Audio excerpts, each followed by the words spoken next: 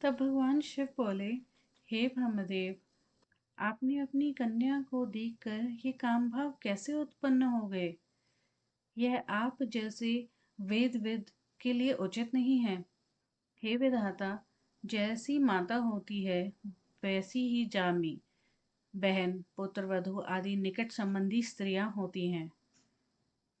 जैसी जामी होती है वैसी ही पुत्री होती है। यही आपके द्वारा निर्धारित वेद मार्ग है। आपने अपने ही द्वारा बताए गए इस वेद विधान को काम के प्रभाव से कैसे भुला दिया? हे विधाता, हे चतुरानन, हे ब्रह्मदेव, जो समस्त जागृत धैर्य था उसे आपने शूद्र काम प्रभाव से क्यों नष्ट कर दिया? सब जानने वाले, दिव्य दर्शन वाले, एकांत योगी, दक्ष, मारीची आदि स्त्री के प्रति लोलुपचित्त क्यों हो गए? अभी अभी अपने कार्य का निर्धारण होते ही समय का ज्ञान न रखने के कारण इस मंद बुद्धि काम ने भी कैसे तुम सबको अपना लक्ष्य बना लिया?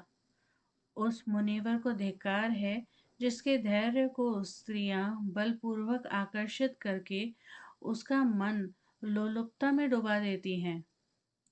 अब शंकर जी के इस प्रकार के वचन को सुनकर क्षण भर में लज्जा से दूना पसीने पसीने हो गए।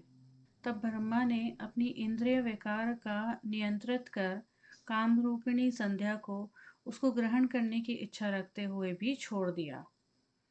उस समय उनके शरीर से जो पसीने की बूंदें गिरे उनसे अग्निश्वात तथा बर्हिषद नामक पितृगण उत्पन्न हुए। वे सभी अंजन के समान काले वर्ण के, खिले हुए कमल के समान नेत्र वाले, अत्यंत नियंत्रित चित्त, पवित्र, संसार से विमुख एवं श्रेष्ठ थे। अग्निश्वात पितृगण 64,000 तथा बहिर्षद पितृगण 86,000 बताए गए। अब जो पसीने की बूंद दक्ष प्रजापति के शरीर से पृथ्वी पर गिरी उसने समस्त गुणों से युक्त श्रेष्ठ अंगों वाली एक सुंदरी उत्पन्न की।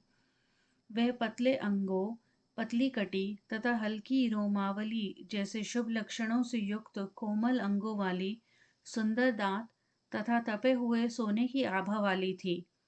तब क्रतु, वशिष्ठ, पुलत्स्य, अंगिरा के अतिरिक्त मरीचि आदि 6 प्रजापतियों ने इंद्रिय निग्रह का आश्रय लिया।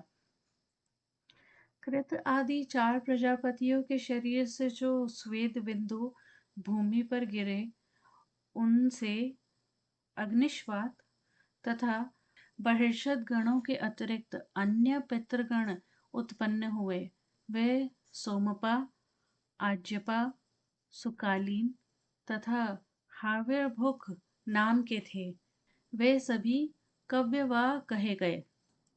पितृगणों में कव्यवाह तथा अग्निश्वाती पितरों के उत्पत्ति के पश्चात ब्रह्मा संसार के सभी प्राणियों के उत्पन्नकर्ता पितामह हुए। ये पितृगण उसी को उद्देश्य कर उत्पन्न स्वेद के बिंदु से जन्म लिए थे। इसलिए संध्या पितृगणों की जननी माता हुई। इसके बाद शंकर के वचनों से लज्जित ब्रह्मा ने कामदेव के प्रति क्रोध प्रकट किया, जिससे उनकी भौहें एवं मुखमंडल टेढ़े हो गए।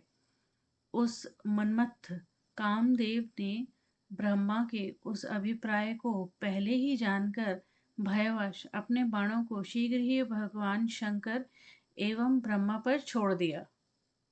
तब लोक पितामह ब्रह्मा ने क्रोध से भरकर जो कुछ किया वह जानने के लिए अगले एपिसोड को जरूर सुनिएगा।